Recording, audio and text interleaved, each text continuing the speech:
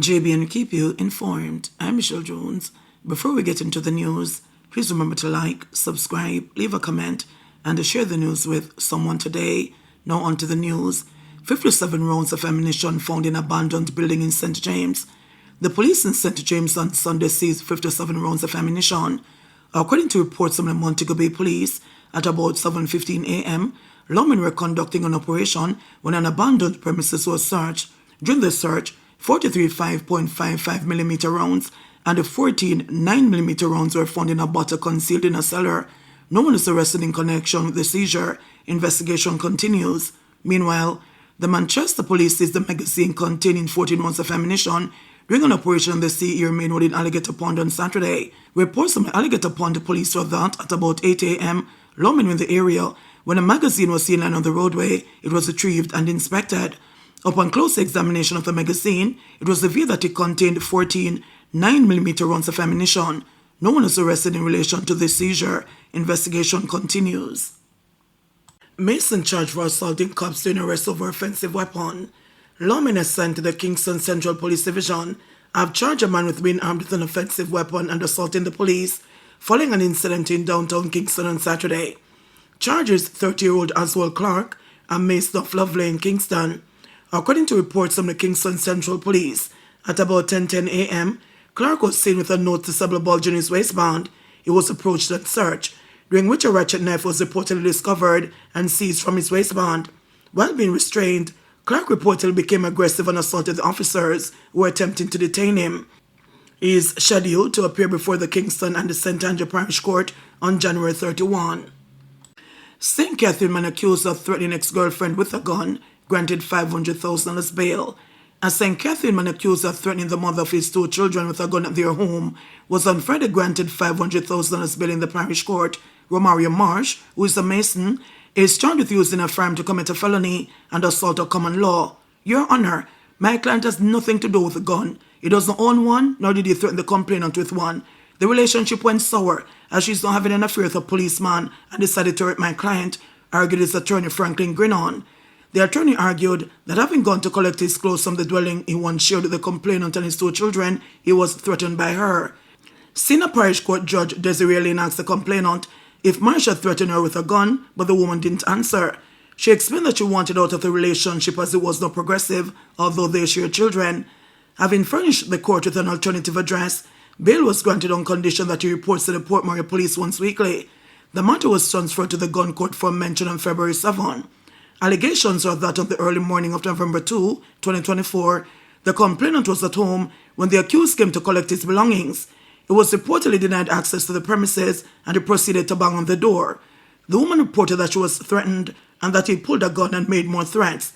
He was subsequently arrested and charged. Man charged after allegedly killing customer purchasing phone. A man has been charged with murder after allegedly killed a customer who was in the process of purchasing a cell phone from him on Monday, December 2. Charges 26-year-old Brandon Ennis, otherwise called Twinny, a labor of Belvedere Road, St. Andrew. He is charged with possession of a prohibited weapon and unauthorized possession of ammunition in connection to the death of 21-year-old Jermaine Francis, otherwise called Pluck of Elliott Avenue, Kingston 8. Reports from the police are that at about 7:30 p.m., Francis was purchasing a cell phone from Ennis when the now accused pulled a gun and opened fire, hitting the victim. The police were alerted and on their arrival, Francis was seen with gunshot wounds to the head. He was rushed to the hospital where he was pronounced dead.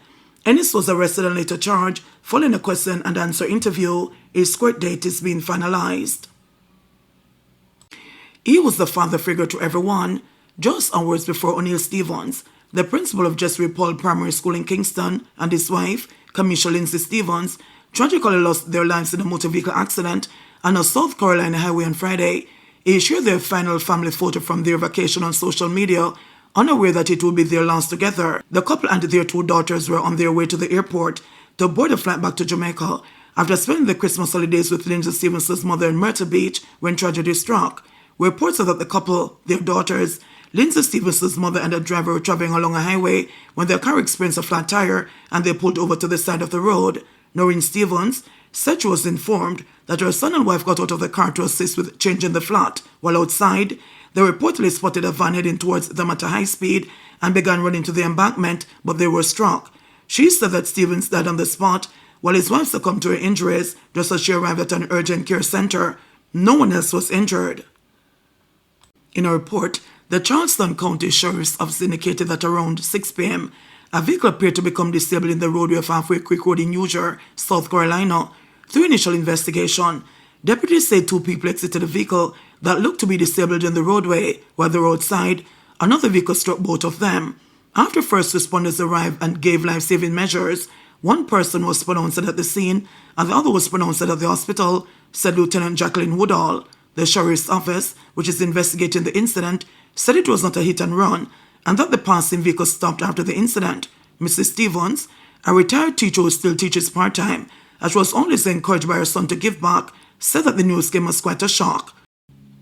He was a father figure to everyone. He was meticulous and very close to his daughters.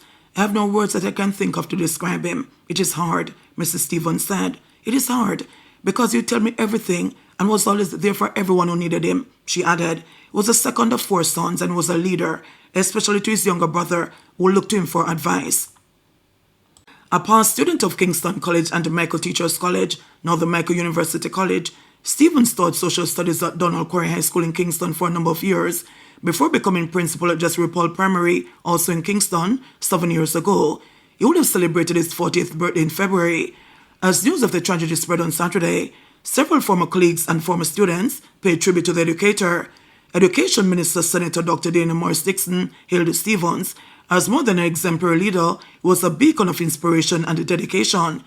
His vision for excellence in education and his steadfast commitment to the holistic development of our students left an indelible mark on the Jess Paul Primary School community. Alongside him, Mrs. Stevens was a supportive partner and a cherished presence with the extended school family, always contributing with grace and generosity, she said. The minister has deployed trauma and grief counseling teams to support staff and students when they returned to school on January 7, a one-day delay to the start of classes at the Roman Catholic institution. A gathering of school board members, teachers, ministry officials, and friends is planned for Monday at the school. Marcia Thwaites, chairman of the Jess Paul Primary School Board, has hailed Stevens as one of the most promising and dedicated young male educators. She added, he served with mature wisdom, endearing himself to staff, students, parents, and alumni alike. He has contributed greatly to Jess Paul's deserved reputation as one of the nation's finest primary schools. Thwaites also expressed sorrow for the Stevenson's 2 children, one of whom is a student at Jess Paul Primary. Roman Catholic Archbishop of Kingston Kenneth Richards said the church is moving to support the family and the school community. Every time I think about it, it unnerves me to think that such tragedy could take place, Richards said. In announcing the news to staff earlier, Vice Principal Marsha Moody Benbow urged everyone to keep their daughters and their family and loved ones in their thoughts and prayers during this period of unimaginable grief. Dr. Mark Smith, president of the Jamaica Teachers Association, also described the tragedy as a significant blow to the education sector. This has really been a huge shock to the system. To know this gentleman is to have a profound level of respect for him and the work that he and his team would have done, he said. JBNN will keep you informed. Please remember to subscribe, like, share, leave us a comment, and click the notification bell to receive our daily news items.